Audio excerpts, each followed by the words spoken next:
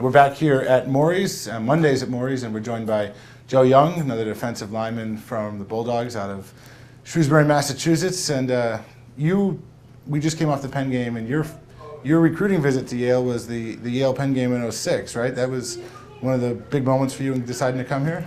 Right, definitely. I wasn't really recruited that heavily by Yale, and I decided to come see a game. I wasn't really, being from Massachusetts, everything's Harvard up there, so I wasn't really sure of the tradition and kind of what Yale football was all about. So I came down and met up with Coach Flanders, and I picked a perfect game to see. Just an absolutely thrilling game. They came back. I'm pretty sure they were down early. They ended up coming back and winning the game in overtime.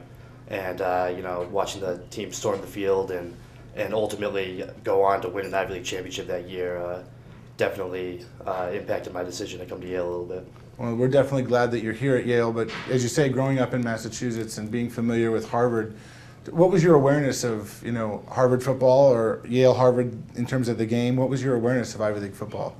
I didn't know too much about Ivy League football, but I definitely knew the Harvard-Yale game was a huge game. A lot of people a couple people from my high school team played at Harvard, and they had parents that played at Harvard, so I knew some Harvard football alumni, and basically just knew the tradition of the game and how big of a game it was, and knew that was something I wanted to look into and possibly become a part of. Now that you're here and you're on the defensive line, we talk with offensive linemen sometimes about how it's five guys have to be playing almost as one.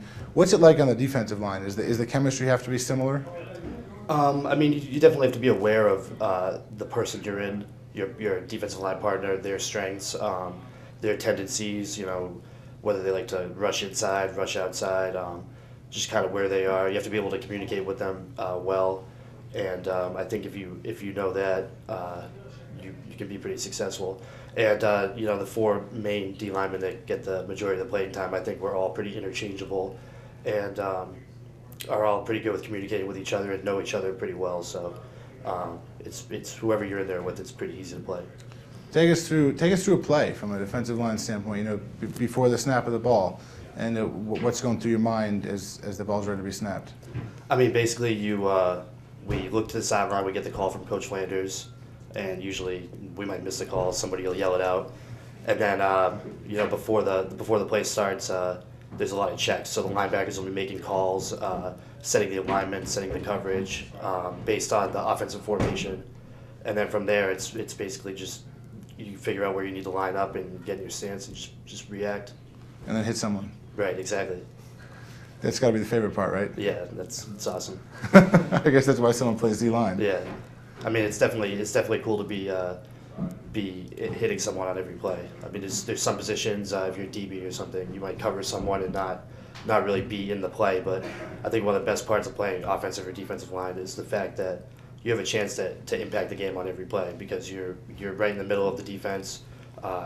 You're playing run and pass, and you have to react to whatever they're doing, and you're really involved every play.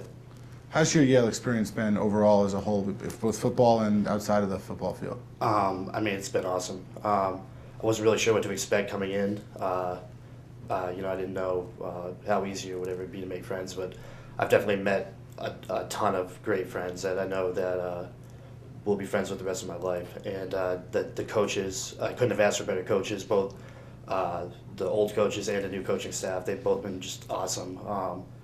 They really care about every player on the team, and they'll do their best to look out for everybody. As one of the leaders on this team and one of the veteran guys, how does getting ready for these last 4 games it stand now comparing to maybe previous years you've been here? Previously you kind of you prepare the same, but you kind of follow the older guy's lead in preparing. When I was a younger guy, I looked to Brand Hollander, Kirk Porter for their leadership and how they reacted to the end of the season. And I saw the importance of each game for them.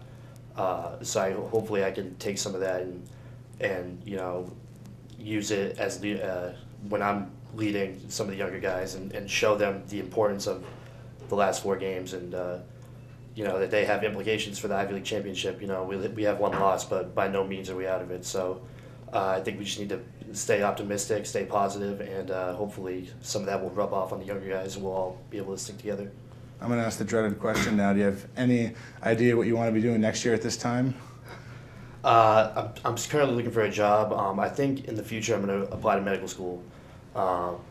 I've always been, my dad's a doctor and he kind of got me into it. I've always been interested in kind of like sports medicine and orthopedics or something like that. So I'm currently looking for maybe like a research position or something like that for next year, but not looking too far down the road because obviously my main focus, whether it should be or not, is on the next 4 games and trying to win out. All right, cool. Thanks, Joe. All right, thank you. That's Joe Young, headhunters out there. Hire him. We'll be back with more from Mory's after this.